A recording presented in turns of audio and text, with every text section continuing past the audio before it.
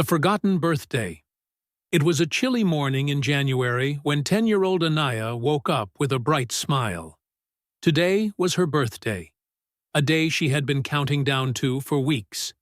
She imagined balloons, a small cake, and her father's warm hug.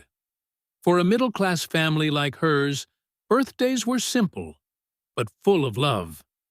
Anaya's father, Ramesh, was a hardworking mechanic who barely managed to make ends meet.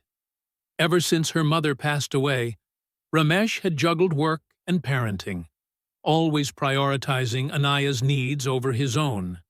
But lately, things had been tough.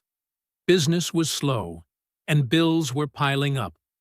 That morning, as Ramesh hurried to leave for work, Anaya ran to him, her eyes sparkling with excitement.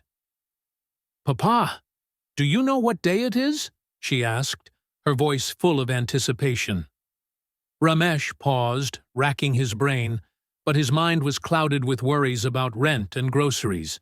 He forced a smile and said, "It's just another day, Beta. I'll see you in the evening." Anaya's heart sank as she watched him leave. Tears welled up in her eyes, but she quickly wiped them away.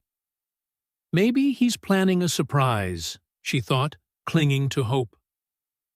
The day passed slowly for Anaya. At school, her friends wished her, and her teacher even let her wear a birthday badge. But every time she thought of her father's blank expression that morning, her joy dimmed a little. Back home, she waited by the window, staring at the clock as the hours ticked by. Finally, at 8 p.m., Ramesh returned, his face weary and hands covered in grease. "Papa, you're home!" Anaya exclaimed, rushing to him. But Ramesh barely looked at her. "Beta, I'm very tired. Let me rest," he mumbled, heading straight to his room.